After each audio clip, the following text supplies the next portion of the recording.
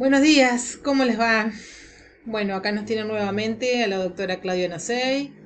Yo soy Yoseli Otey y nos conocen ya del tema del examen físico general. Ambas somos profesoras adjuntas del departamento y coordinadoras de la UDA APEXER.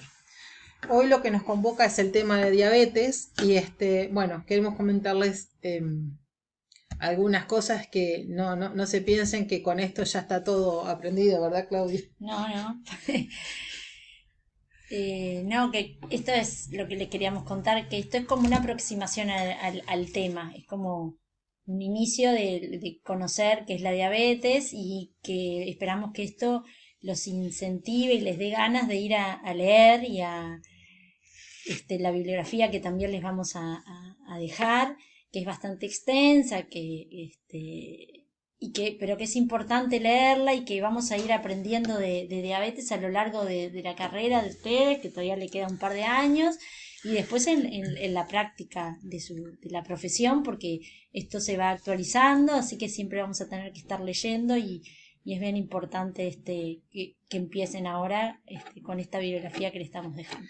La idea con esto es decirles que preparar este tema pensando también en las instancias de parcial o examen, no basta solamente con ver el video. El video lo que esta charla que estamos teniendo con ustedes, más que nada lo que hace es organizar el material y la forma de cómo se va presentando. Pero en realidad tienen que complementarlo y es absolutamente indispensable para poder ir metiéndole como el diente al tema la lectura de los materiales, si no se van a quedar cortos. Bueno, después de esto vamos entonces a arrancar un poquito planteando que la diabetes es un desorden metabólico de múltiples etiologías, de múltiples causas, pero que tiene como denominador común una hiperglicemia crónica con alteraciones no solamente en la ruta de los hidratos de carbono, sino también en otras rutas metabólicas como son las proteínas y los lípidos. ¿Tá? Esta alteración se da por un defecto en la secreción de insulina, por un defecto en la acción de esta hormona en la periferia o por una combinación de ambas cosas. Esta hiperglicemia crónica y mantenida genera alteraciones tardías y que son causantes tanto de la macro como de la microangiopatía, que en definitiva es lo que explica después todas las lesiones relacionadas a la diabetes. La alteración a nivel de la vasculatura, sea tanto macro como microvasculatura, explican todos los desórdenes que vienen y que vamos a irlos hoy empezando a valorar. Bueno, con respecto Bueno, a la epidemiología. bueno, que saber que la diabetes es una enfermedad crónica, no transmisible, que es muy frecuente y de gran impacto sanitario por las complicaciones que hablábamos recién, tanto de la macroangiopatía como la microangiopatía, y que trae complicaciones crónicas y un gran gasto en salud, ¿no? Que se vio que en el 2015 a nivel mundial había 425 millones de personas y que se estima que en el 2040 habrá 642 millones de personas con esta patología. Que la diabetes mellitus es la más frecuente, como saben hay tipo 1 y tipo 2, pero que la más frecuente es la diabetes mellitus tipo 2, que por lo general ocurre más en personas adultas, pero que en los últimos años se ha visto que ha aumentado la incidencia en niños y adolescentes. Y que esto, digo, tiene clara explicación en la forma de vida que estamos teniendo, ¿no? Porque el aumento del sedentarismo, de la obesidad, explica también de por qué hay también niños y adolescentes sedentarios y obesos o con sobrepeso, y eso también está El en la aumento. etiopatogenia de la diabetes tipo 2 y por tanto en el aumento de la diabetes tipo 2 en el niño. Lo que se vio en adolescentes y niños y en adultos sobre todo también es que hay un aumento de estos estados de transición, ¿no? Que generan más riesgo de desarrollar una diabetes en el futuro, ¿tá?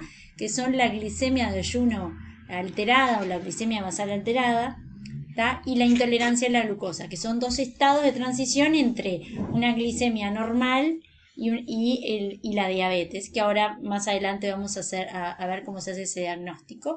Y quienes tienen estos estados de transición tienen mucho más riesgo de progresar a una diabetes. Bien.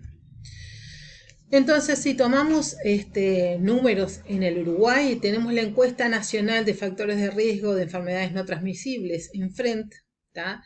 Que es de 2013, y en realidad traemos esto que son números, capaz que ustedes lo ven un poquito viejo, pero en cuanto a números nacionales es lo último que hay, donde habla que hay una prevalencia de diabetes en población mayor de 15 años de un 6%, ¿tá? Y que esta enfermedad es más frecuente entre la población más adulta, ¿tá? Que en la población joven.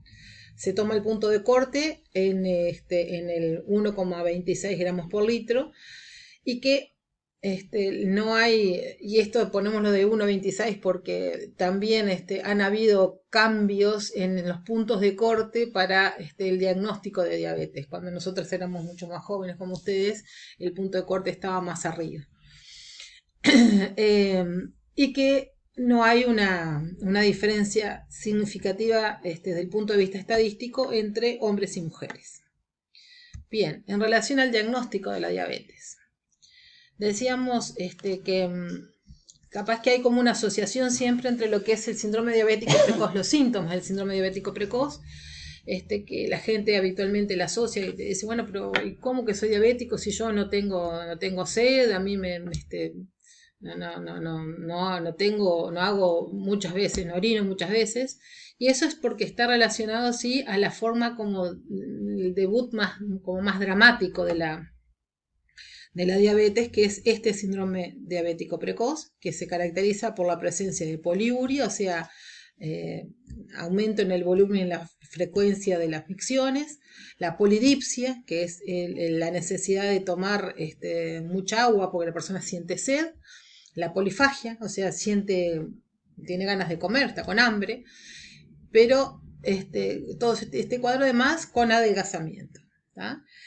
Entonces, si tiene estos síntomas y al azar, en cualquier momento del día, se hace una glicemia venosa, capilar, o sea, se saca sangre de la vena, ¿no? Capilar no. Venosa. Perdón, capilar no. Bueno, ese es el error. La glicemia venosa en ayunas, no capilar, venosa, de acá, del brazo.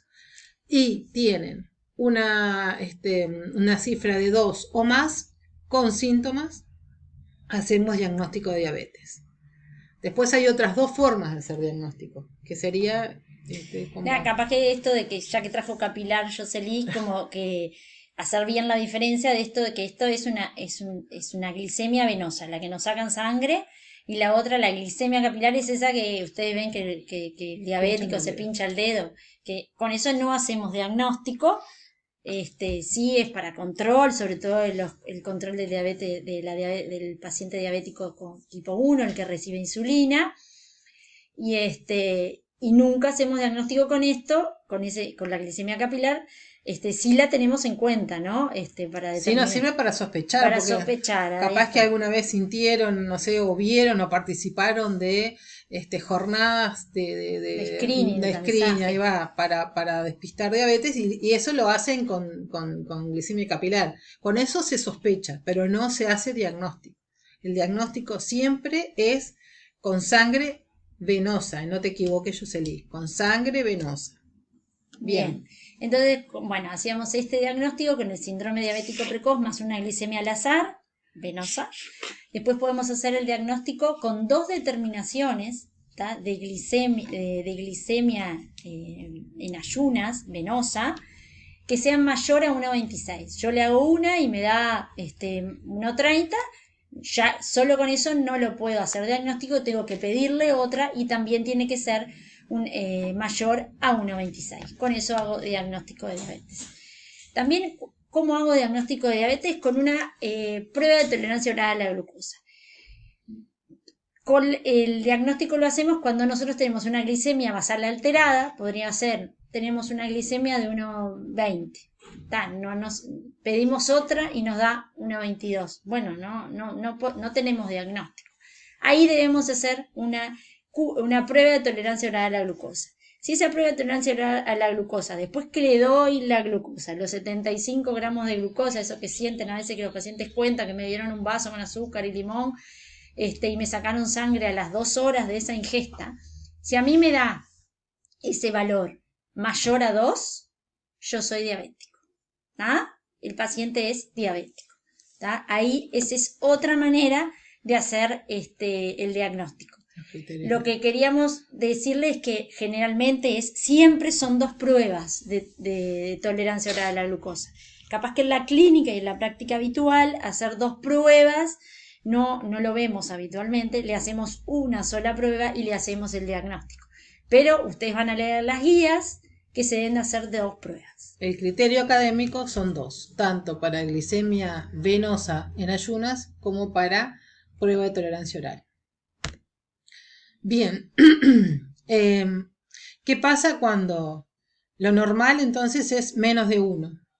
Lo patológico para hacer diagnóstico mayor de 1,26. ¿Qué pasa cuando nos encontramos en esos valores que es esa zona de grises? ¿Tá?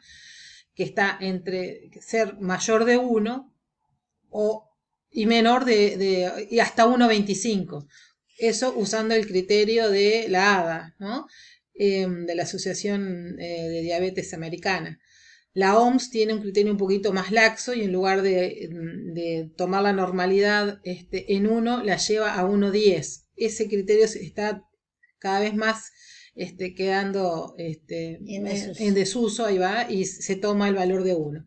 Pero bueno, ¿qué pasa con esa zona de grises? Bueno, cuando tenemos entre 1 y 1,25 y lo que tenemos es una glicemia basal en ayunas, ¿tá? Lo que tenemos es una alteración de esa glicemia basal, lo que se llama glicemia basal alterada o glicemia alterada en ayunas. Es un estado de transición que nos habla de la necesidad de seguir estudiando para ver si es solamente ese estado de transición o la persona realmente es un diabético. Ahí es cuando hacemos la prueba de tolerancia oral a la glucosa. Ahí va. Entonces, también nos puede pasar que en la prueba de tolerancia a la glucosa los pacientes no cumplan los criterios para diagnosticarlos como diabéticos, pero sí tienen niveles que van entre 1,40 y 1,99 a las 2 horas de la ingesta de los 75 gramos de glucosa, o sea, del vaso de azúcar muy dulce. ¿tá? Entonces, ¿qué diagnóstico tiene esa persona? Esa persona tiene una intolerancia a la glucosa. Ese estado de transición, como dice acá la diapo, es necesario, es preciso confirmar el diagnóstico, ¿tá? Haciendo esa segunda determinación.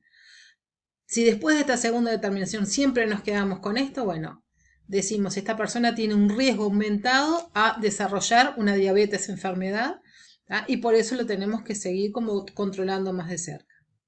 Y este riesgo aumentado en estos estados de transición es más para la intolerancia a la glucosa.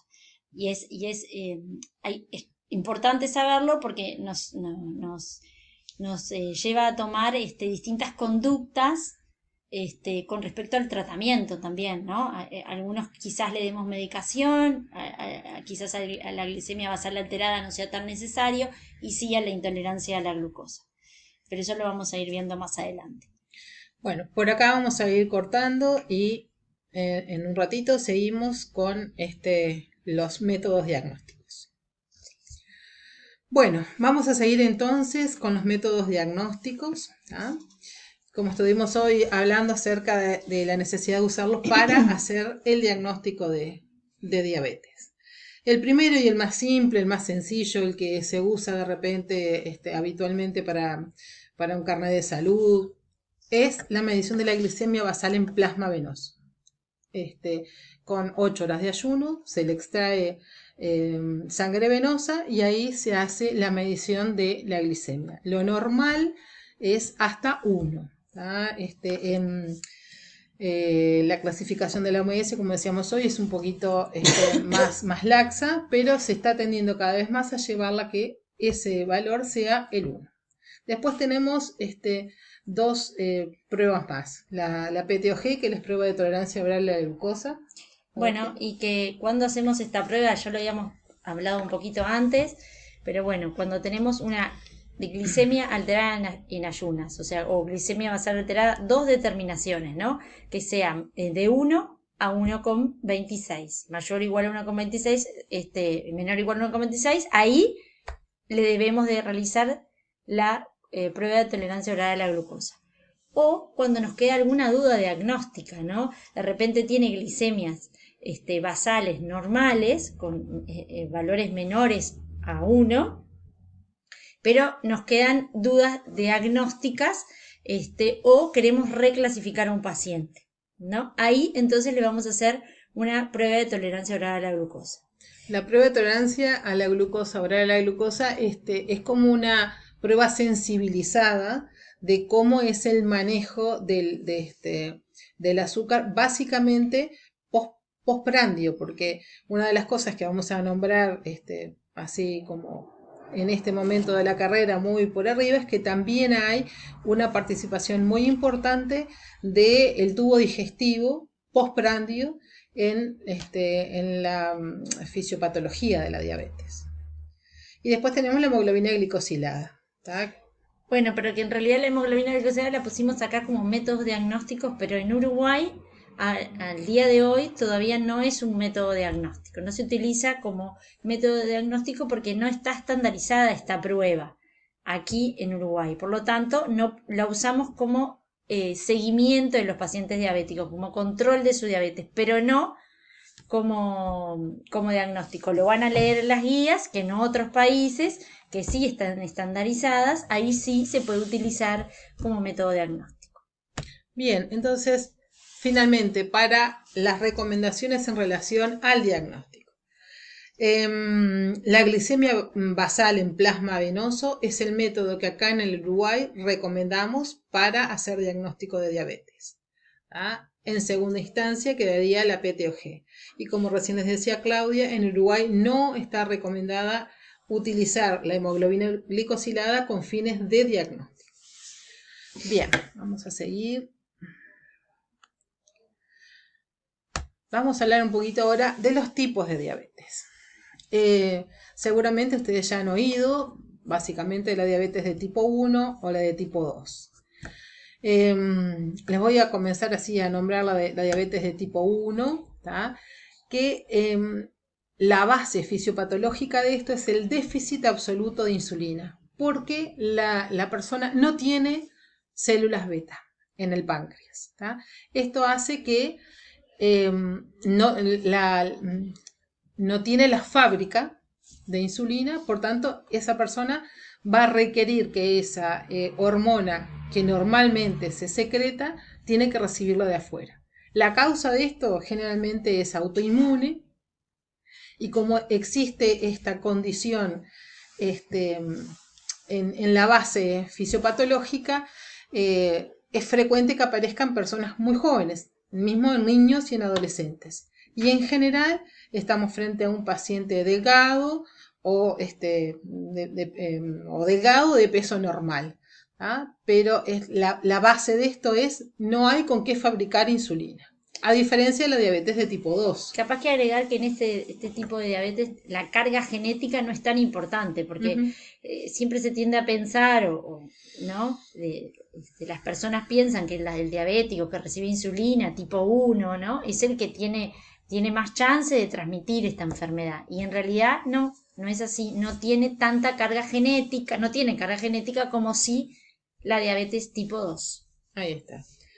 Que la diferencia básicamente es que lo encontramos en personas adultas o incluso en personas de edad avanzada, ya está en la senectud, y por lo que habíamos comentado anteriormente de los cambios de estilo de vida, el sedentarismo, las dietas no recomendadas, o mejor dicho, las dietas no saludables, se está comenzando a ver en la edad pediátrica concomitantemente con el sobrepeso y la obesidad en el niño. ¿Tá? Es lo que dice el segundo punto. Entre el 80 y el 90% de las personas diabéticas de tipo 2 son personas que tienen como mínimo un sobrepeso. Y el mecanismo que está en la base de esto es una combinación de la resistencia periférica a la insulina, ¿tá?, con un déficit relativo de la misma. ¿Y por qué esta resistencia periférica? Porque el adipocito, ¿tá?, que en la persona con sobrepeso, con obesidad, es un tejido más abundante, es resistente a permitir el ingreso a la célula. Entonces, esto genera un déficit relativo de insulina intracelular, de glucosa intracelular. No permite que la insulina, que lo que hace es como abrir la compuerta celular para dejar pasar el azúcar a donde tiene que estar, esta función no se cumple. Son resistentes a la acción de la insulina. Los receptores de estos adipocitos no funcionan bien con la insulina, entonces no permiten la entrada. Bien. Y ahora nos vamos a... acá. Nos vamos a referir a las complicaciones, ¿tá? Decíamos que ¿por qué es tan importante la diabetes como enfermedad? Y bueno, solemos decir que la diabetes es una enfermedad muy mala, ¿tá?, que tiene efectos realmente muy nocivos en la salud de las personas. ¿Y cuál es el común denominador de todo, de cualquier complicación de la diabetes? El daño vascular, sea en la vasculatura, en lo macrovascular, en las grandes arterias, como en lo microvascular, como el pequeño capilar. Todo lo que son vasos se ven alterados. La glicemia, mejor dicho, el azúcar en el vaso es en cantidades que son inadecuadas, excesivas, como es el que tiene el diabético, es intoxicante y es dañina para el endotelio vascular.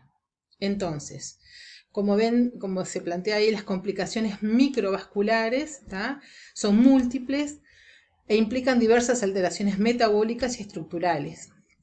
Y básicamente la vía final común es la disfunción endotelial. Como les planteábamos nosotros en el examen, cuando hablábamos del examen físico general, uno siempre tiene que pensar estas complicaciones también en orden, tiene que organizarse para poder pensar esto y no olvidarse de preguntar nada y de evaluar cuando tenemos al paciente para tener esto bien claro. Entonces hacemos esta división de micro y macrovascular. Cuando estamos en microvascular vamos en orden, ¿no?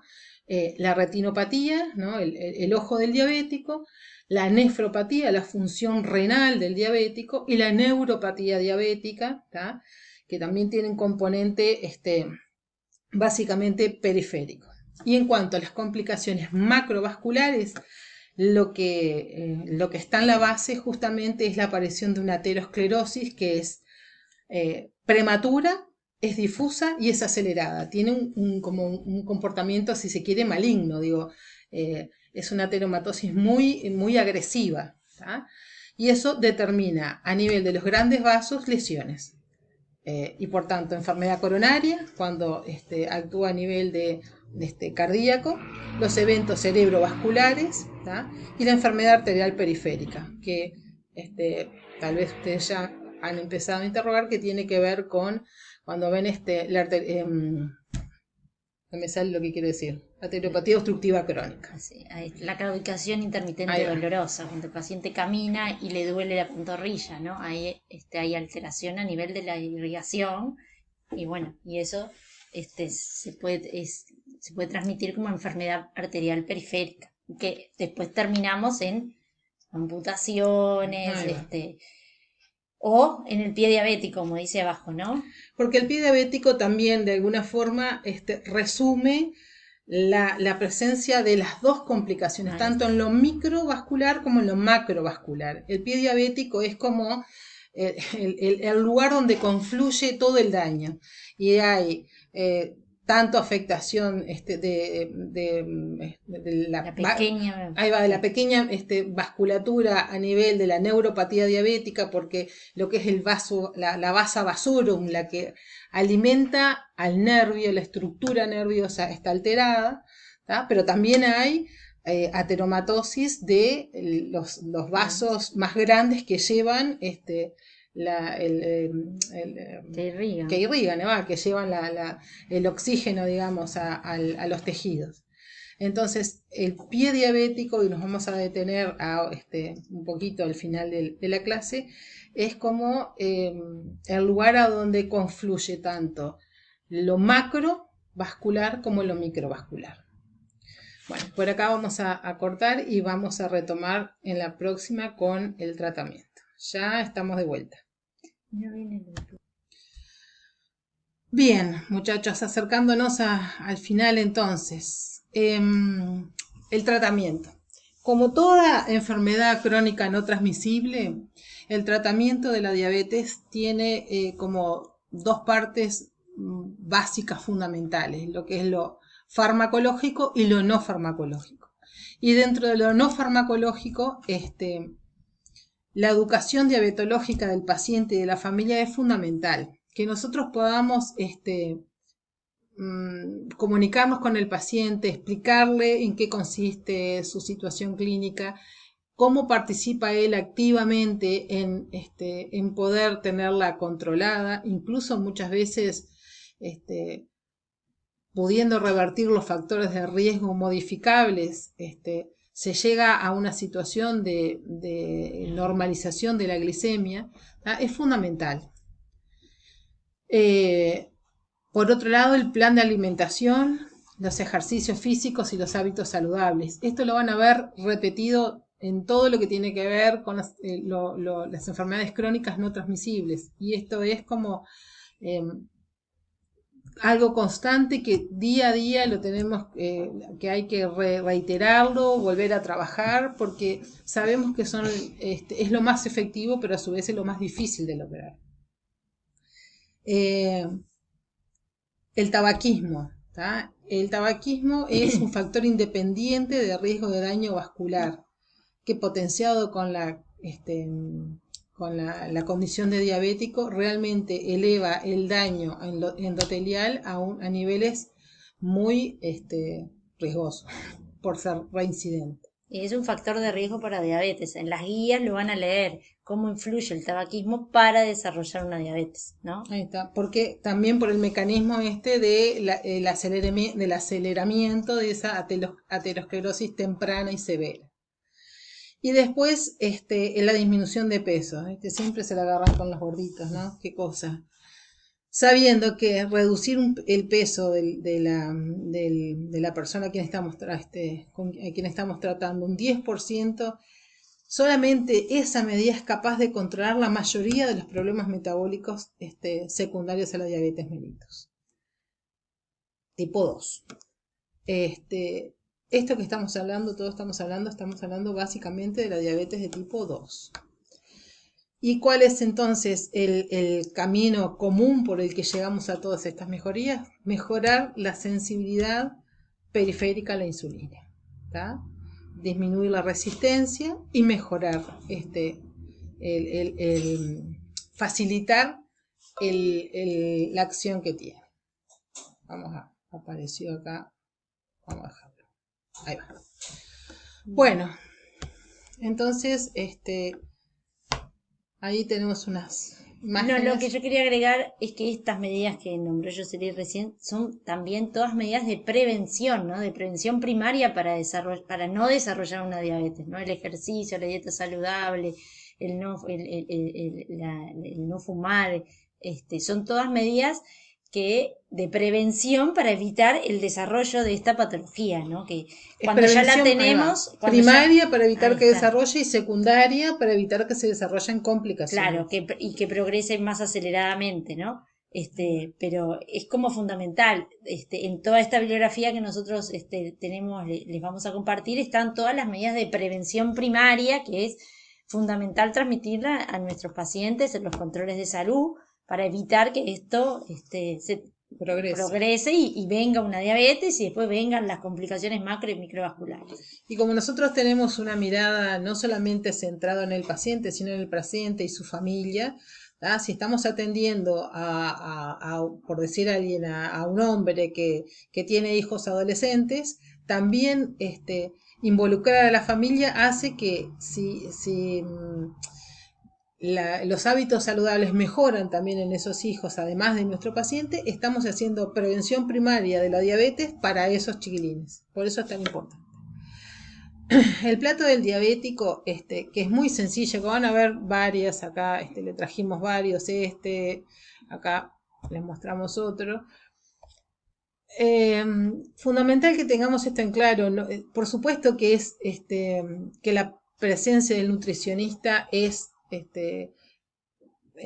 como integrante del equipo es sumamente importante porque además tiene un conocimiento específico en todo lo que tiene que ver con la alimentación, pero no es necesario que vaya el nutricionista para recién comenzar el tratamiento dietético y los cambios de hábitos hacia una alimentación más saludable. Nosotros podemos plantear esto, ¿no? Decirle básicamente que la mitad del plato está representado por vegetales verdes, una cuarta parte del plato por proteínas, donde vamos a privilegiar la proteína de pescado, o sea, la carne blanca, magra, de pescados de alto contenido de omega 3, como los pescados lo que llaman azules, que son los de alta mar, y una cuarta parte del plato que va a estar representado por los hidratos de carbono, como pueden ser, acá en este caso los granos, parece que fueron unos porotos ahí, o podría ser, yo que sé, polenta, o podría ser arroz, por ejemplo. Bien. Como decíamos, el ejercicio. Y el ejercicio no es solamente, bueno, hay que hacer ejercicio, sino que hay que prescribirlo de una manera clara, que la persona pueda tener una idea de a qué nosotros le llamamos un ejercicio adecuado para ayudar a controlar esto como factor de riesgo. ¿Cómo sería la prescripción entonces, Claudia? No, que no solo, bueno, es que tiene que hacer ejercicio aeróbico, moderado, frecuente, progresivo, que por lo menos tiene que llegar a 150 minutos semanales, sino eso es como fundamental y sería lo ideal e incluso más. Pero todo esto del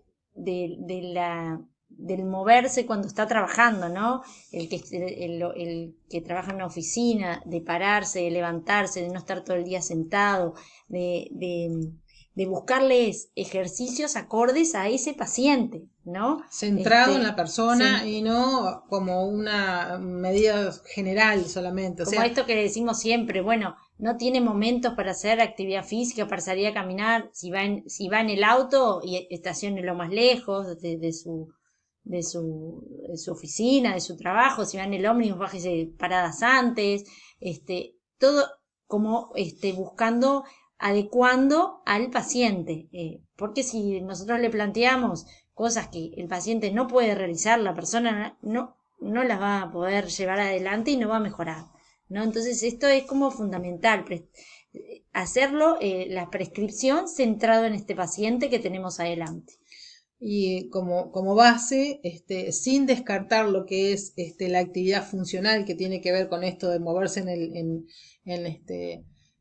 la vida cotidiana, porque antes como que había como mucha, éramos muy prescindentes, decíamos, no, pero si usted limpia la casa eso no importa. Se ha visto que cuenta y es mucho mejor esa persona que de repente la gente te dice, yo me paso caminando todo el día en mi casa, eso es mejor que estar sentado todo el día, pero de todas maneras el ejercicio aeróbico también lleva una prescripción, es esto que decía, los 150 minutos, al menos 150 minutos a la semana, dividido en una frecuencia al menos 3 veces a la semana. O sea, lo básico sería al menos 50 minutos 3 veces por semana, divididos en la semana, lunes, miércoles y viernes, una cosa por el estilo. Bien, y después arribamos al tratamiento farmacológico. Y acá en el tratamiento farmacológico, han habido como bastantes adelantos en los últimos tiempos.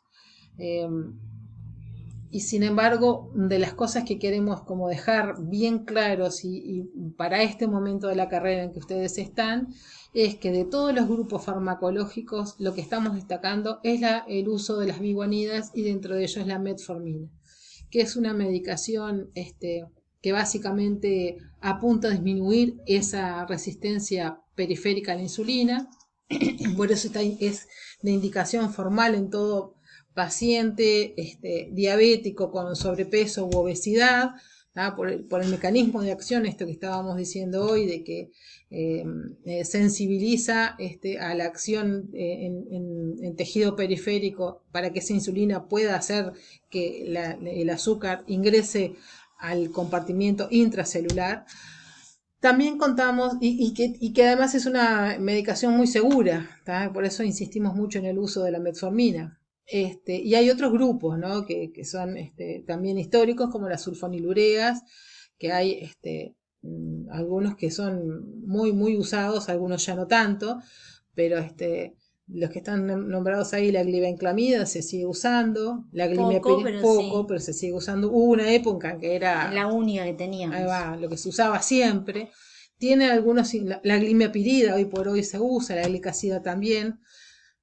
Tiene el inconveniente en que las sulfonilureas, a diferencia de la metformina, puede provocar hipoglicemias y más que nada en los pacientes añosos hay que tener mucho cuidado con el uso de estos fármacos. Porque el mecanismo de acción, sobre todo de las sulfonilureas, es la estimulación de la secreción de insulina, ¿no?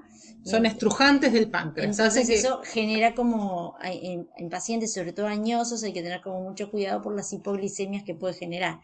Esta diferencia de las metforminas, que son como bien seguras, ¿no? Las biguanidas. Ahí va. Y bien, y después hay otra serie de grupos farmacológicos que se los queremos nombrar, pero seguramente lo van a ir conociendo a medida que vayan avanzando en la carrera, para que sepan que también los tenemos, como los secretagogos rápidos, como los inhibidores de la alfa-glucosidasa, como las tioselinedionas, y estos dos últimos grupos que están relacionados justamente a lo que hablábamos hoy del postprandio, ¿tá? Que tiene que ver con la acción de las incretinas y que tiene su sustrato anatómico en el intestino, ¿tá? Que son los incretinomiméticos como la ixenatida, ¿tá? Y los inhibidores, la DPP4, la ninaglitina, entre otros. Van a tener bibliografía para leer, Sí. para que puedan comprender cómo funcionan, así que no se preocupen. No, sí, preocúpense, sí, lo tienen que leer. Hay que leerlo, digo, para que puedan comprender qué inhibidor es la DP4, qué es la DP4, cómo actúa. Todo eso lo van a tener para que lo puedan leer. Como le decíamos al principio, este teórico lo que hace es organizar un poco la información, pero requiere el tema de que ustedes puedan, o sea, tienen que poder leer más para poder entenderlo, si no se van a quedar cortos. Y bueno, y vamos a llegar a esta diapo, que es una de las más importantes de la presentación, porque de alguna manera es lo que hace a la cotidiana de cuando uno tiene un paciente, ¿no? Y es un paciente diabético, y es cómo hacemos el interrogatorio de un paciente diabético en orden, ¿tá? Con una sistematización que nos permita pasar por todos los pasos sin olvidarnos de cosas importantes, ¿tá? Entonces, el orden que le proponemos es preguntarle a la persona, entonces, ¿usted sabe que es diabético? ¿Desde cuándo sabe que es diabético? ¿En qué circunstancias le hicieron el diagnóstico? No es lo mismo que haya hecho un síndrome diabético precoz y que haya debutado así, o que haya sido porque en una rutina de control, en un carnet de salud, le encontraron, por ejemplo, una glicemia alterada, por ejemplo. ¿Cuáles fueron sus cifras máximas? ¿Cuáles son sus cifras habituales de controles de glicemia? ¿Ha tenido episodios de descompensación? No solamente, puede ser una hiperglicemia con una cetoacidosis diabética, como puede ser de repente hipoglicemias frecuentes, ¿tá? Ahora, en nuestra época, nosotros no le preguntábamos cuando éramos estudiantes sus cifras de hemoglobina glicosilada, claro, porque no la hacíamos en nuestra época. Pero ahora, cuando nosotros le preguntamos cifras habituales de glicemia, también podemos incorporar cifras, si tiene idea de, y generalmente la tienen la mayoría de los pacientes, de sus cifras de hemoglobina glicosilada, porque las manejamos habitualmente con ellos y les decimos, mire, cuánto tiene que estar, cuánto no, mire, subió la hemoglobina glicosilada, no. Entonces ellos manejan muy bien eso, entonces está bueno incorporarla en el interrogatorio, porque nos lleva a ver si el paciente viene controlando o no, si tiene idea de que viene controlando o no su glicemia. Bien, repercusiones en un orden cefalocaudal, ¿tá? Y de lo micro a lo macroangiopático, o sea, cabeza, ojo, corazón, riñones, miembros inferiores. ¿Cuál es el tratamiento que recibe y si tiene otros factores de riesgo cardiovascular? Esta base es fundamental para que ustedes puedan hacer en orden y evaluar todo lo necesario para un paciente diabético. Y ahí en esto de las repercusiones, siempre no olvidar, ¿no? Porque a veces preguntamos la arteriopatía obstructiva crónica en miembros inferiores, hay que preguntar, y alguna vez tuvo lesiones en el pie diabético, lo tenemos que preguntar. Después vamos a ir a examinarlo, pero por supuesto lo tenemos que preguntar. Bien, y por ahí vamos cortando porque se nos termina este tiempito de video. Bueno, ahora sí, creemos que este es el último video que le vamos a filmar. Esperamos. Y bueno, y nos vamos a referir un poquito a pie diabético. Van a tener un video para ver sobre esto, sobre el examen físico. ¿Y por qué trajimos y estamos destacando acá pie diabético? Bueno, porque es una parte muy importante del examen físico de todo paciente diabético. Es una de las complicaciones, como ya vimos, que presentan los pacientes diabéticos, y no debemos dejar nunca de mirarle los pies a un diabético, de examinarlo. Y a veces, en la vorágine de nuestra consulta, a veces no lo hacemos. No decimos que cada vez que viene debemos de examinarlo, pero sí tener en cuenta que hay que hacerlo en forma periódica, hacerle el examen a los pies de nuestro paciente. Porque justamente como en la base de esto está alteraciones sensitivas, muchas veces la persona no se queja de dolor porque no le duele. Y como muchas veces el motor de la búsqueda es el dolor, y como acá a veces no hay dolor, hay que ir en busca, ¿tá?, de las lesiones que nos pueden estar hablando de que, puede ser el inicio de lesiones de un pie diabético. Por eso es importante ir en busca del pie diabético y no esperar a que el paciente nos plantee algo en relación a sus pies. Bueno, y ahí como hacemos todo examen físico, ¿no? De un paciente es siempre primero una inspección, debemos mirar el paciente, debemos mirarle los pies, debemos mirarle el dorso del pie, la planta del pie y entre los dedos, interdigital. Y buscar deformaciones, amputaciones previas que ya haya tenido el paciente, lesiones en la planta del pie, ¿tá?, por mal apoyo, lesiones relacionadas con el calzado, también es bien importante, la coloración, ¿tá?, mirarle la coloración, estamos mirando recién. Porque estamos en inspección estática, recuerden que primero solamente miramos con atención. Después miramos de una manera dinámica y después recién vamos a tocar, porque ese es el orden que planteamos. Primero el ojo, después el tacto y eventualmente la auscultación. En este caso no vamos a auscultar, pero primero solo miramos, después le pedimos al paciente que haga alguna maniobra y ahí va. Y después sí vamos a tocar. Bueno, nos quedamos en que debemos mirar si tiene hiperkeratosis, callo, ¿no?, durezas en los pies. Abrirle entre los dedos y mirar si tiene lesiones interdigitales y valorar también el estado y la coloración de las uñas. Eso es bien importante. Sabiendo que las lesiones interdigitales muchas veces pueden empezar por una lesión micótica que no tenga demasiado importancia, pero que estas se pueden sobreinfectar y pueden generar después lesiones más complejas. Bien. Ahí va. Y después en inspección dinámica, ahí sí vamos a pedirle a la persona que mueva los dedos, que los flexione, ¿tá?, que haga una flexo extensión y rotación del tobillo, ¿tá?, eso tiene que ver con la inspección dinámica, y después vamos a palpar. ¿Y qué vamos a buscar en la palpación? Y bueno, vamos con el dorso de la mano, vamos a tocar la temperatura, a ver si hay diferencia entre uno u otro pie o entre distintos sectores del mismo pie, ¿no? Si hay frialdad periférica, por ejemplo. Vamos a mirar el estado de hidratación y vamos a tocar la piel. La hiperkeratosis está muy relacionada también con esto, la piel seca, que es bastante frecuente porque hay una disautonomía de la neuropatía vegetativa de la diabetes, que lleva a que la piel autonómica, no me salí, que la piel pierda su hidratación normal, su humedad natural, y entonces favorece la aparición de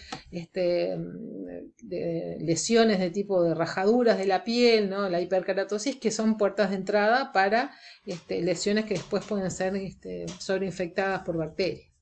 Y vamos a buscar los pulsos, y esto es fundamental, la palpación de los pulsos, ¿tá? Que no es, a veces decimos con Claudia, no es hacer como que busco, sino realmente buscar. ¿tá? Y para buscar el tibial posterior y para buscar el pulso pedio es necesario hacerlo de una manera adecuada y en la topografía adecuada, porque si no decimos, a veces lo vemos en los ECOES, en otras generaciones, que se voy a buscar el pulso pedio y en realidad topográficamente están como en otro lugar. Bueno, repasen, vean bien el pulso tibial posterior y el pulso pedio. El pedio en el primer espacio interóseo, desde distal hacia decir caudal hacia cefálico, de lo más periférico a lo más hacia el eje central. Bien, y el otro ítem a evaluar es la sensibilidad. Para esto de la sensibilidad, porque sabemos que en la neuropatía diabética está alterada la sensibilidad. Entonces vamos a buscar a través del monofilamento, ¿tá? Que tiene que ver con la sensibilidad más superficial, y el diapasón para la sensibilidad profunda, ¿tá? La palestesia. Hay una alteración de la sensibilidad térmica, entonces también podemos evaluar eso con frasquitos con distintas temperaturas, a ver si la persona lo siente. Lo típico es que se quemen, por ejemplo, con la bolsa de agua caliente y no les duela y no sepan de dónde salió, ¿tá? Y vamos a buscar también el reflejo aquiliano, ¿tá? Como forma de evaluar la indemnidad del arco reflejo, tanto de la neurona sensitiva aferente, la integración a nivel medular y la respuesta a nivel de la motoneurona. En el video que les vamos a dar está el monofilamento, el diapasón, se explica cómo se utilizan, así que tranquilos que eso viene ahora en el video. Y que es importante que lo tengan presente, cómo hay que hacer esa búsqueda. Bien. Y acá en realidad hay como un cuadro que nos habla de la patogenia del pie diabético, por qué se produce, que es lo que estamos hablando desde hoy. Hay una neuropatía motora, ¿tá? Y que eso causa una deformidad del pie a nivel dorsal y un aumento y aumento por la presión, y eso produce un aumento de la presión plantar. ¿tá? Eso genera, esas lesiones de apoyo en los lugares donde el arco apoya en la cabeza de los metatarsianos. A eso le llaman neuropatía motora. Después tenemos una neuropatía sensitiva, que era lo que veníamos hablando, que es la pérdida de la sensación, ¿no? Y acá se pone sensación de protección, el paciente se quema, se pincha, no se da cuenta, bueno. Porque justamente el dolor es un estímulo de protección para saber cuando hay algo que nos está dañando. Bueno, esta posibilidad de sensar que hay un daño, el diabético lo pierde. Y después la que veníamos también diciendo, la neuropatía autonómica, ¿no? La piel se pone seca, descamante, deja de estar húmeda, ¿no? Por la neuropatía autonómica. ¿tá? Y eso produce ¿qué? Una lesión a nivel de la piel del pie, ¿tá? Y que se puede que está favorecida esta lesión por la la enfermedad macroangiopática, ¿tá? La enfermedad macroangiopática, que es una enfermedad arterial periférica que produce isquemia, y esto favorece la lesión cutánea del pie ¿tá? Y ahí puede llevar a amputaciones o podemos llegar a tener infecciones. Por eso las úlceras de los pies de los diabéticos son realmente complejas y no responden a una única causa, no es solo por infección. Sí, puede haber infección, pero también hay lesiones vasculares, macrovasculares, y hay isquemia, y de repente pueden ver una zona necrótica, ¿ah? Y también va a coexistir también una sequedad de la piel con hiperkeratosis, todo lo que estuvimos hablando previamente. Bueno, y creo que Sí, ahora viene este video, que lo van a poder ver, que es sobre el examen físico de pie diabético. aquí es un video que lo encontramos en YouTube y es de una colega chilena y realmente nos pareció como que está bien claro y lindo y fácil de visualizar y ordenado, que es una de las cosas que nos interesa. Y al fin, llegamos al fin de esta presentación. Volvemos a insistir en la importancia de la lectura, de plantearles que la preparación de este tema es absolutamente insuficiente. Estos videos que les planteamos es solamente para conducirlos y para guiar un poco esta primera aproximación al tema, que es un tema muy dinámico, que está siempre generando nueva información, nuevos datos de investigación. Miren, tienen que leer para comprender el tema, porque con esto no pueden comprender el tema, la verdad. Creo que pueden tener una idea de qué es la diabetes, cómo diagnosticarla, pero para la comprensión real de cómo funciona todo esto y por qué se produce y cómo prevenirla y cómo tratarla y cómo hacer el examen físico, debemos de leer, ¿tá? Lo que han hecho hasta ahora y bueno, tienen que seguir haciendo. Bueno, por muchos años venideros. Y toda la vida. Cuídense, hasta luego. Bueno, nos vemos, gente. Chaucito.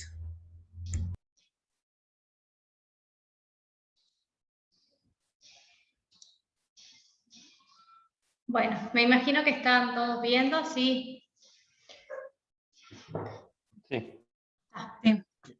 Bueno, vamos, yo soy la doctora Nadia Krull, soy profesora agregada, del Departamento de Patología Clínica acá en el Hospital de Clínicas, y el tema hoy que nos reúne es el de diabetes mellitus, ¿sí?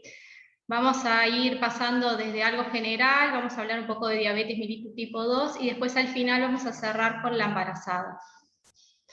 Entonces, cuando hablamos de diabetes mellitus, la definición, como dice allí, que es de la LAD del 2013, es un desorden metabólico de múltiples etiologías caracterizado por una hiperglicemia crónica que determina o se acompaña de alteraciones tanto en los metabolismos de los hidratos de carbono como las grasas y las proteínas, y puede deberse tanto a defectos en la secreción y o la acción de la insulina.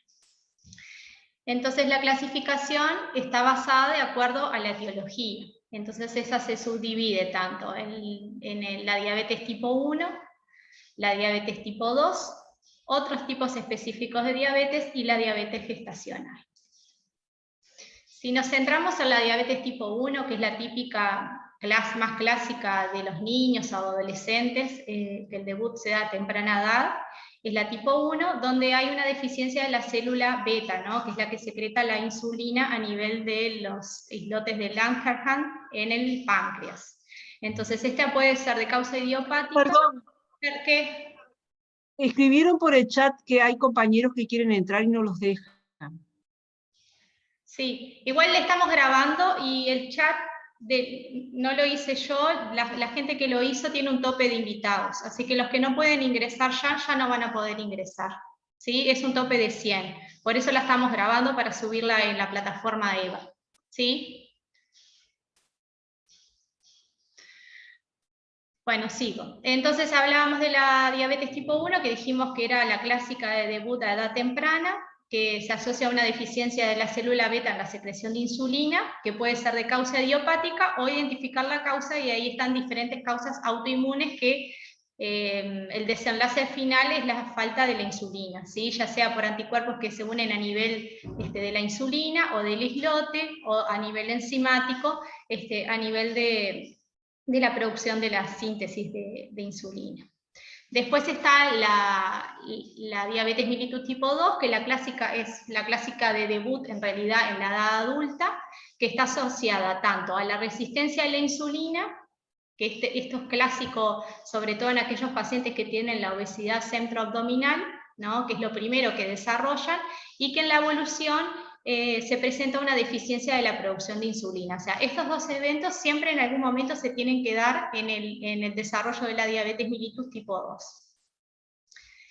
Como desenlace final, lleva a esa hiperglicemia mantenida y crónica.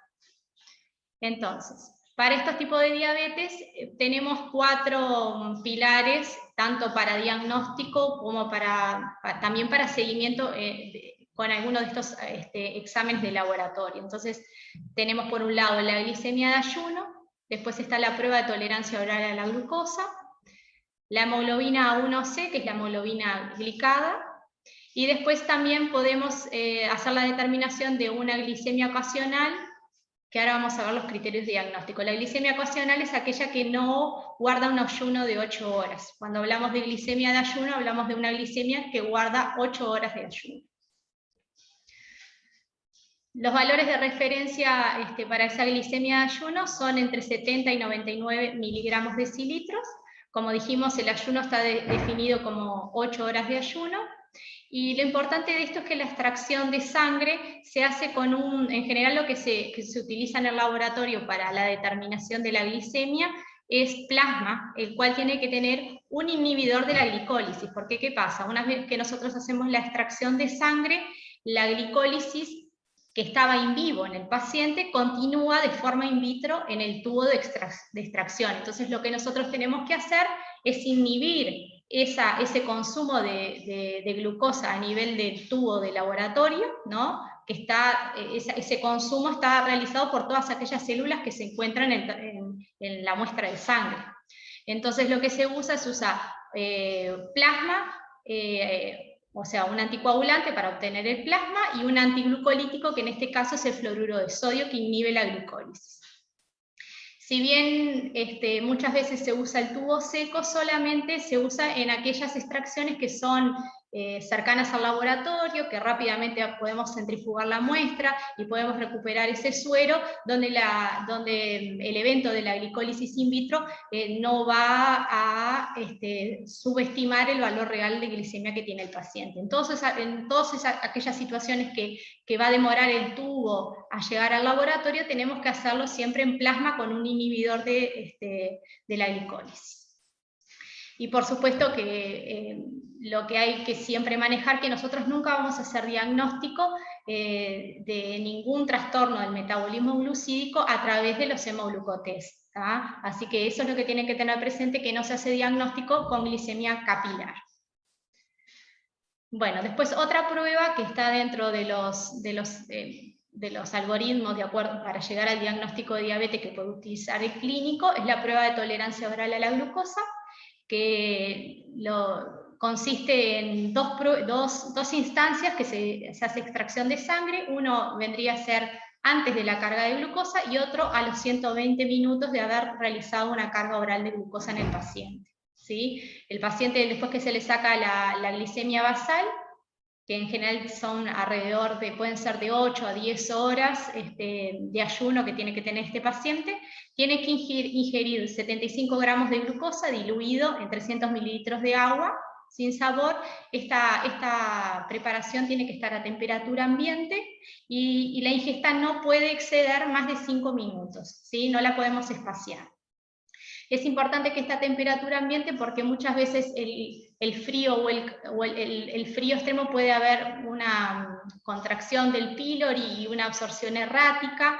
Si está muy, muy caliente puede dar mayor intolerancia digestiva y provocar vómitos. Entonces lo ideal es que esta presentación, si bien hay En muchos lados se hace una preparación casera y también hay presentaciones comerciales que esté a temperatura ambiente.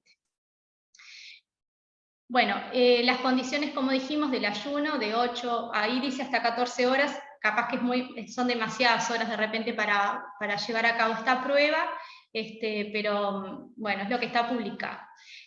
Con 8 o 10 horas estaría bien el paciente. Lo que hay que evitar son las restricciones de la dieta, o sea, si un paciente, lo ideal, lo que nosotros buscamos es el comportamiento que tiene el paciente a una carga de glucosa.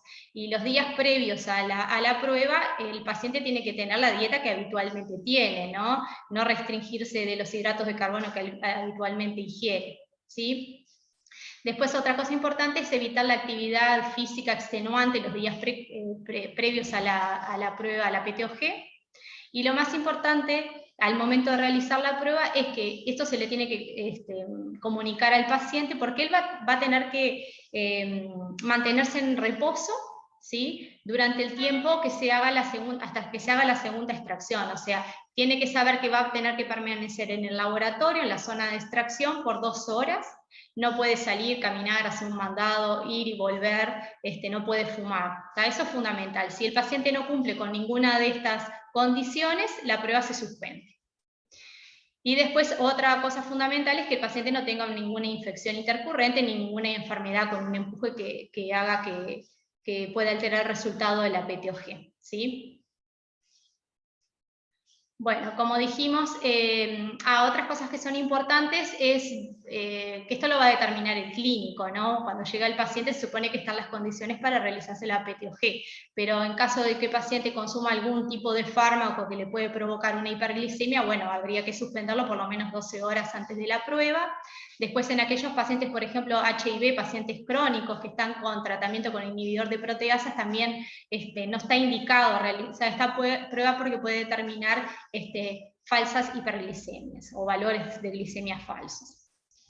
Y después, las curvas para los niños, bueno, hay que ajustar la dosis kilo, ¿sí? Hasta 75 gramos es el total de glucosa que podemos aportarle y se hace 1,75 gramos por kilo de peso del niño.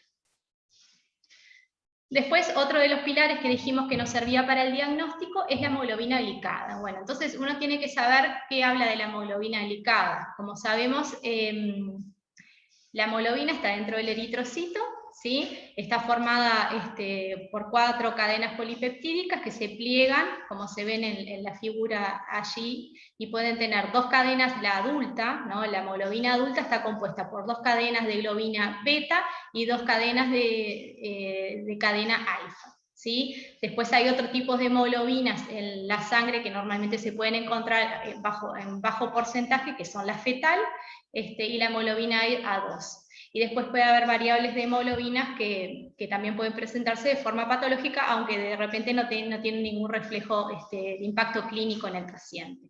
Nosotros nos vamos a centrar en la hemoglobina del adulto, que es la A0, que es la que tiene 2 cadenas beta y 2 cadenas alfa, ¿sí? Como muestra este gráfico, la hemoglobina de adulto o hemoglobina A0 la podemos subdividir en 2 partes. Por un lado, la que está glicosilada, o sea que tiene azúcares unidos a su cadena de beta globinas, y la que no tiene unión de azúcares a la cadena de beta globina. Si nos centramos en la tipo 1, que es la que está glicosilada o glicada, la podemos subdividir en diferentes subtipos de acuerdo al tipo de azúcar que se unió. Nosotros, a la que vamos a centrarnos, es aquella cadena de beta globina de la hemoglobina del adulto que se le unió a la glucosa, y es la que se conoce como globina A1C. Entonces, a partir del 2002, lo que se plantea a nivel mundial es que se integre la hemoglobina glicada como un criterio diagnóstico para diabetes mellitus, ¿sí? Porque antes lo que se hablaba era que se servía como para el seguimiento del paciente, a ver el comportamiento de su metabolismo glucídico. Entonces ya en el 2010, la ADA, la Asociación Americana de Diabetes, la recomienda como un criterio diagnóstico, siempre manteniendo todos los criterios que antes que se podía usar simultáneamente como criterio de diagnóstico. Y se mantenía lo del seguimiento, sí, del paciente, ¿sí? Para ver cómo se comportaba, qué adherencia tenía el tratamiento. O sea, lo que se sumó fue el criterio diagnóstico. En cuanto a la glicemia casual, estuvimos hablando de la glicemia en ayuno, que era que ya cumplía 8 horas, la PTOG, que es la prueba de tolerancia oral a la glucosa. Dijimos que el otro pilar para el diagnóstico era la hemoglobina glicosilada, y el último pilar es aquella glicemia casual que puede ser en cualquier momento del día, ¿sí? O sea que no tenemos un ayuno marcado de 8 horas. Y esta es importante sobre todo en aquellos pacientes que tienen sintomatología presuntiva de diabetes, como es anorexia, poliuria, polidipsia, pérdida de peso. Entonces, cualquiera de estos elementos asociado a una glicemia casual mayor de 200 miligramos decilitro, ya con una glicemia casual mayor a 200 hacemos diagnóstico de diabetes. ¿Tá? Es en el único caso que con la clínica y una glicemia de ese valor llegamos al diagnóstico de diabetes mellitus, ¿sí? Por el otro lado, los otros criterios que vinimos hablando, que son la glicemia de ayuno, la PTOG y la hemoglobina glicosilada, necesitaríamos un segundo valor para hacer diagnóstico de diabetes mellitus, ¿sí? El punto de corte para diagnóstico en el caso de la glicemia en ayuno es un valor mayor o igual a 126 miligramos decilitros. Para la prueba de tolerancia oral a la glucosa es mayor a 200, y para la hemoglobina glicosilada es mayor o igual a 6.5%. Entonces, este gráfico lo que muestra, en la última columna, son los criterios de acuerdo al tipo de prueba que vamos a usar, que fue lo que recién nombramos, y agrega dos zonas grises. Por ejemplo, la glicemia de ayuno, en aquellos pacientes que no es normal, o sea que está por encima de 100, pero que no lleva a valores mayor o iguales a 126, sería una glicemia de ayuno alterada, ¿sí? Es una zona gris, es una zona prediabética, que en realidad lo que se recomienda es cambio del estilo de vida del paciente, se puede implementar medicación, hacer todo lo posible para que este paciente no siga evolucionando y llegando a una diabetes mellitus. Y por el otro lado, si aquel paciente, sobre todo en estos pacientes que tienen esta zona gris, que no tienen diagnóstico para diabetes mellitus, los clínicos lo que hacen es pedirle la PTOG, ¿sí? La prueba de tolerancia oral a la glucosa. Y entonces, en ese caso, si el paciente no llega a tener un valor por encima de 200 y se queda entre 140 y 199, sería otra zona gris como prediabética también, que se llama intolerancia a la glucosa, ¿sí? Que es esta zona gris que tenemos acá. Y por el otro lado, la hemoglobina glicosilada, para no quedarse atrás, también tiene su zona gris, ¿no? Que son estos pacientes que tienen mayor riesgo de desarrollo de diabetes, que son los que tienen entre 5,7 y 6,4%, ¿sí? Los valores de normalidad para la hemoglobina glicosilada son menores a 5,7%, ¿sí? Entonces, ¿en quién y cómo se debe realizar el tamizaje para la diabetes tipo 2? Entonces, nosotros tenemos que recabar los factores de riesgo que se recomiendan, y lo que se recomienda es que de acuerdo al factor de riesgo que tenga el paciente, puede haber un lapso entre 1 a 5 años para volver a repetir la glicemia, ¿sí? Por ejemplo, el FINES-RIX es como una tabla que, buscando factores de riesgo en el paciente, hace ciertas recomendaciones para el seguimiento en particular de cada uno. Y como dice así, allí mayores o igual a 45 años, tendríamos que hacerle seguimiento en ese plazo. Entonces se enumeran a continuación los diferentes factores de riesgo que pueden hacer sospechar que un paciente puede desarrollar una diabetes mellitus. Por ejemplo, lo que hablamos de la obesidad centroabdominal, o el perímetro de cintura, como dice allí. Después los antecedentes familiares de primer y segundo grado de diabetes mellitus pesan mucho. Después, por ejemplo, los hijos, que la mujer haya tenido una diabetes gestacional, también es un factor de riesgo para que desarrolle una diabetes mellitus. Haber tenido hijos macrosómicos, que son aquellos que pesan más de 4 kilogramos. Después otras enfermedades crónicas, como es la hipertensión y la patología coronaria. asociar las hipertrigliceridemias, ¿sí? Que son que el corte es cuando los triglicéridos están por encima de 150 miligramos decilitros, una HLDL disminuida, que ya sabemos que es cardioprotector tenerla elevada, obviamente el sedentarismo. Después acá se nombran algunos factores de riesgo de que el paciente sea procedente de zona rural o que no tenga una educación primaria, sobre todo por el entendimiento y la cercanía de poder captar a este paciente. Después puede haber otras enfermedades asociadas y, bueno, por ejemplo, la acantosis nigricans es algo clínico que muchas veces se encuentra en los pacientes con diabetes mellitus. Bueno, y como dijimos, ¿cómo vamos a hacer el tamizaje o el screening para diabetes mellitus? Bueno, lo podemos hacer por una glicemia plasmática al azar, que sobre todo se podría indicar en aquellos pacientes que tienen alguno de los elementos clínicos que dijimos que nos podían hacer sospechar de diabetes mellitus, sobre todo un paciente que está en puerta de emergencia. Si bien hoy en día se estila a que se deje de cumplir el ayuno, a nivel mundial todavía acá en Uruguay somos un poco más conservadores, entonces en aquellos pacientes que se va a hacer un control con lípidos, glicemia, hemograma, lo que sea, en general se cumple todavía el ayuno, por lo menos un ayuno de 8 horas. Entonces yo reservaría más la glicemia plasmática al azar para una puerta de emergencia, un paciente que sintomático. Y bueno, como dijimos en el cuadro que ya mostramos anteriormente, si nosotros nos encontramos con una glicemia plasmática en una zona gris, vamos a pedirle una prueba de tolerancia oral a la glucosa, o lo otro que podíamos usar es la hemoglobina glicosilada también. En general la hemoglobina glicosilada, lo bueno de ella es que no se usa ayuno, no necesitamos ayuno, pero es mucho más costosa. Entonces, acá en Uruguay como método de screening es un poco más cara que hacer una glicemia en ayuno. Entonces, lo ideal sería ir combinando aquellos pacientes que tengan glicemia alterada de ayuno con una glicosilada o una PTOG.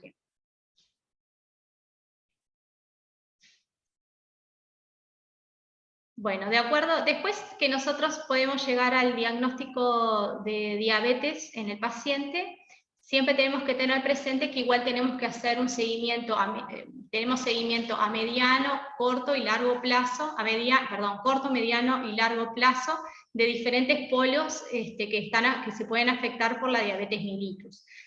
Y bueno, el apego que el paciente tenga por controlar las alteraciones del metabolismo glucídico lo podemos hacer con la hemoglobina glicosilada, porque sabemos que este analito nos habla de cómo fue el comportamiento los últimos 3 meses del paciente, y ese valor que reporta nos va a estar hablando. Ese es un 50% de ese valor de cómo el paciente se comportó en el último mes. Los dos restantes 25% van a corresponder al segundo y al tercer mes hacia atrás, ¿sí? Después, en cuanto al metabolismo lipídico, también es clásico que estos pacientes asocien hipertrigliceridemias, aunque pueden asociar dislipemia mixta, pero lo clásico es el aumento de los triglicéridos. Y después es fundamental la evaluación del polo renal, ya que la diabetes mellitus es la primera causa de enfermedad renal crónica en el Uruguay y en el mundo, seguido por la hipertensión arterial. O sea que es un polo que no podemos dejar de hacerle seguimiento, ¿sí? Entonces, por un lado tenemos que evaluar, lo vamos a ver a continuación, tanto la función como elementos de lesión que nos estén hablando o que nos puedan hacer sospechar y poder poner en práctica medidas de prevención para que no lleguen a una etapa de una enfermedad crónica que no sea reversible. Entonces, para la diabetes mellitus hay, como siempre, metas generales tanto para el control y para los analitos de laboratorio. Por ejemplo, para la hemoglobina glicosilada lo que se trata de obtener es que esté por debajo de 7%. ¿sí? A veces cuando hay otros pacientes que tienen otras comorbilidades, uno de repente tiene que ser más exigente. En el adulto mayor, a veces con un deterioro funcional importante y otras comorbilidades que limitan más la expectativa de vida, puede ser que se pueda tolerar hasta un 8%.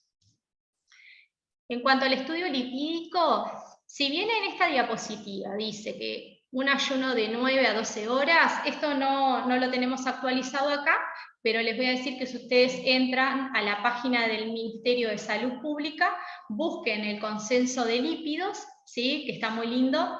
Si puedo, yo voy a tratar de que se lo suban al EVA, donde se hace la última recomendación. Como yo ya les venía diciendo que a nivel mundial se trata de ir por el camino de ayuno o no, ¿sí? Que es como una tendencia que nació en Dinamarca y que se ha replicado en muchos países de Europa y también acá en América. Se trató de hacer algo intermedio, porque tampoco hay muchas conclusiones de qué es lo que se refiere a ayuno o no. Entonces, en esta pauta que se publicó en el 2019, ¿sí? De lípidos, se llegó a un acuerdo de hacer un ayuno de 8 horas. ¿tá? Así que pueden manejar que para el estudio lipídico, para el screening general, podemos hacer las 8 horas. De encontrarnos, por ejemplo, con triglicéridos mayor de 400, ahí se sugiere que al paciente le repitamos el perfil lipídico y que por favor sí cumpla las 12 horas de ayuno previo a hacer el lipidograma. ¿tá? Eso se los digo porque es como para actualizar un poco. Después es fundamental que no haya una ingesta de alcohol la noche previa, no hacer ejercicio extenuante tampoco las 24 horas anteriores, y bueno, el tipo de muestra es un tubo seco, ¿tá? Lo que recuperamos es suero, no es como la glicemia, que en general usamos plasma con inhibidor de la glicólisis. Este es un tubo seco, que es el mismo que se puede usar para un perfil hepático, para la función renal, ¿tá? Es el mismo. Y bueno, el estudio lipídico tiene varias partes. Nosotros hacemos, por ejemplo, la determinación analítica en los equipos automatizados son el colesterol total, el HDL colesterol y los triglicéridos. En general, el LDL colesterol se hace por la ecuación de Friedwald, que es calculado, si bien hay test para hacerlo analíticamente, se hace por cálculo, ¿sí? Por una ecuación, mientras que los triglicéridos sean hasta 400. Después, cuando los triglicéridos son mayor de 400, esta ecuación no se puede aplicar y se tendría que hacer analítico o directamente no informado. Después, otro elemento que está en el estudio de los lípidos, que también es un cálculo, es el índice aterogénico, el colesterol no HDL. Y en aquellos pacientes, como les dije, que tuvieran triglicéridos mayor de 400, se lo deja a temperatura de heladera por 24 horas, y al otro día se evalúa el test de kilomicrones, que lo que busca es ver si esos triglicéridos que nosotros detectamos en el análisis son provenientes del metabolismo endógeno del paciente, o sea que el paciente tuviera una dislipemia por hipertrigliceridemia, o que son secundarios al no cumplimiento del ayuno que requiere el estudio lipídico. Entonces serían kilomicrones provenientes de la dieta. Entonces, si el paciente tiene esos kilomicrones positivos, al cumplir las 12 horas de ayuno, esos se tendrían que eliminar, no tendrían que existir, ¿sí? Y bueno, el aspecto del suero, eso también se ve por interpretación visual a las 24 horas, y ahí valoramos tanto el test de kilomicrón como las características del tubo. Ahí está agrupado que esto se mantuvo para ese consenso de lípidos del ministerio que yo les hablaba, son los mismos valores para cada uno de los lípidos que constituyen el estudio lipídico. Después las metas, bueno, las metas, como yo les dije, para los diabéticos tenemos que ser exigentes, ¿sí? Porque son pacientes de mucho mayor riesgo que los no diabéticos. Entonces el objetivo es por lo menos que tengan los LDL colesteroles por debajo de 100 miligramos decilitros. Ahora, si estos pacientes tienen enfermedad cardiovascular, bueno, habría que exigirle que estén por debajo de 70. ¿Sí? Y después que los triglicéridos, la meta es que esté por debajo de 150 y alcanzar un HDL colesterol por arriba de los 40.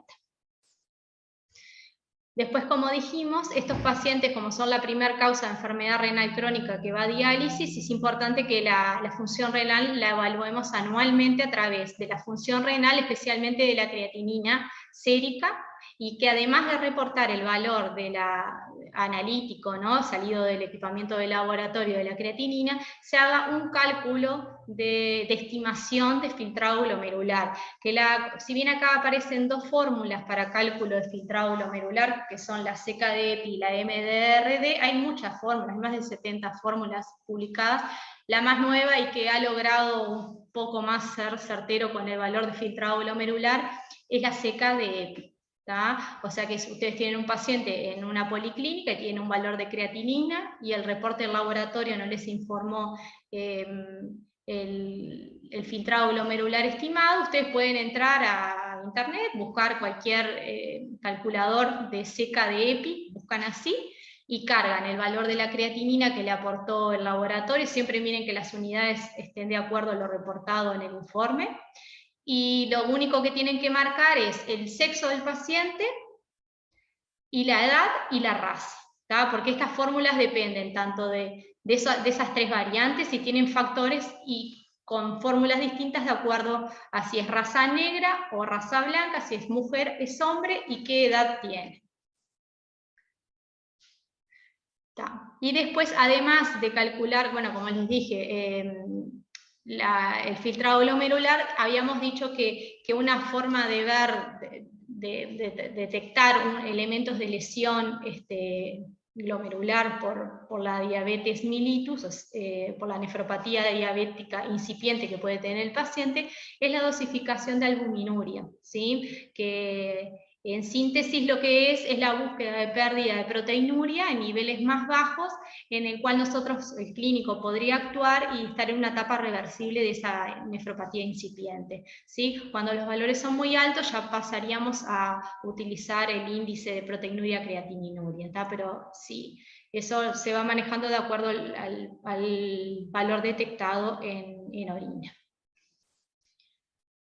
Bueno, hasta acá llegamos con la diabetes mellitus del adulto. Hablamos de la 1 y de la 2 y las consideraciones de laboratorio. Los puntos de corte van a ser los mismos, ¿sí?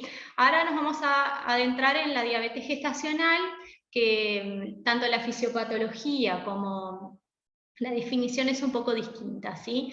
Ella dice que es una alteración de la tolerancia a la glucosa de severidad variable, que comienza o es reconocida por primera vez durante el embarazo en curso. ¿Por qué dice eso? Porque nosotros podemos tener una embarazada que de repente sí tenía una diabetes no conocida anteriormente, y como en el primer trimestre hay unas rutinas básicas que incluyen glicemia, ahí podemos encontrar alteraciones y decir, bueno, no, esta paciente era una diabética anterior que no tenía diagnóstico y ahora está embarazada.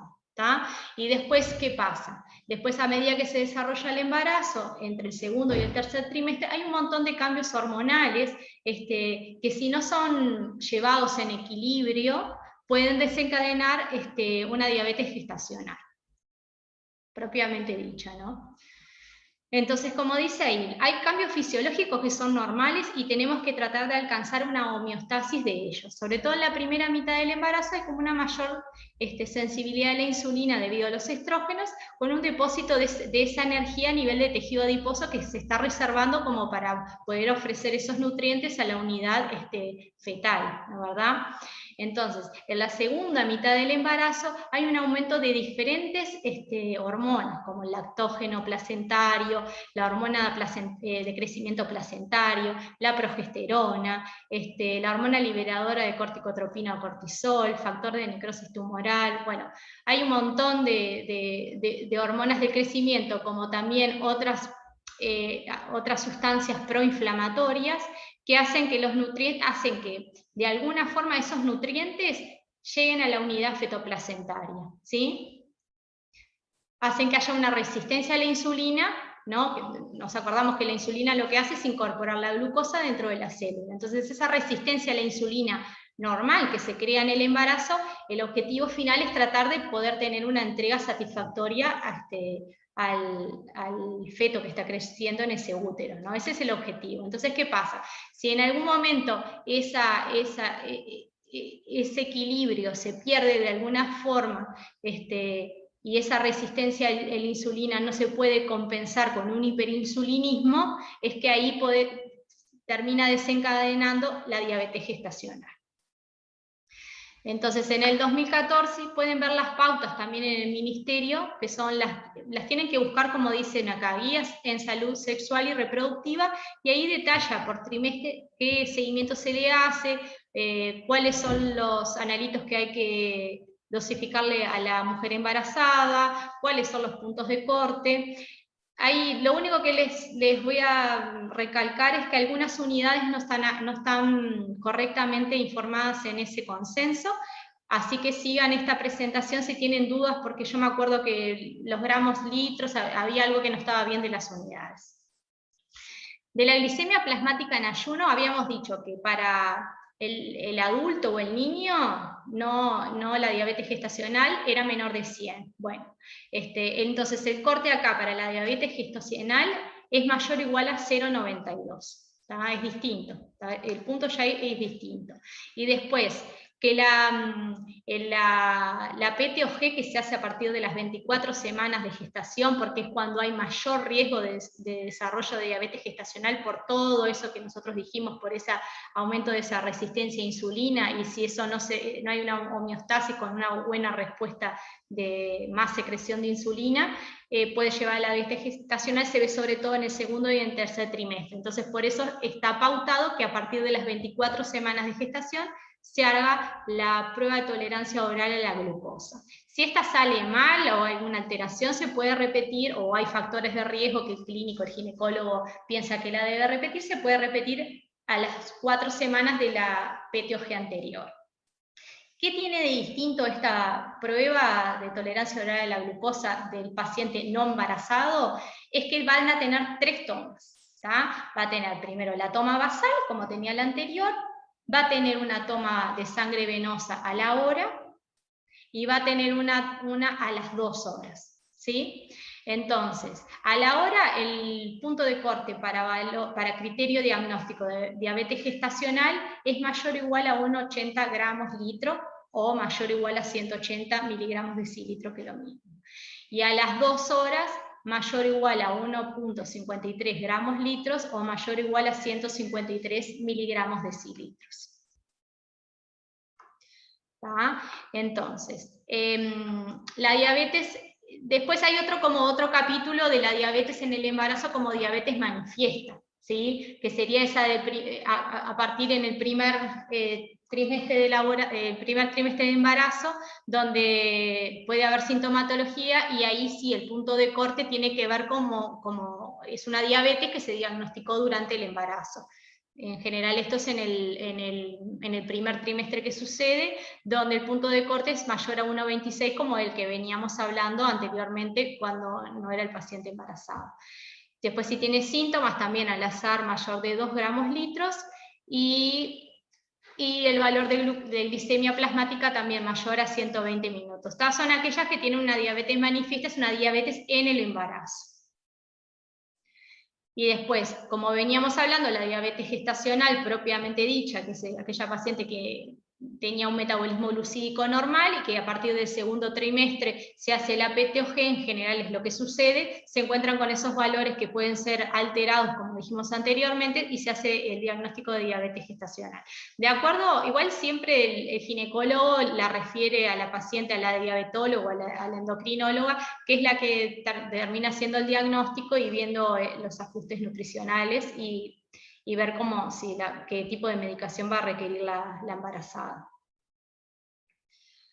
Bueno, por ahí terminó la presentación, espero que, no sé si tienen dudas, si me quieren escribir por el chat.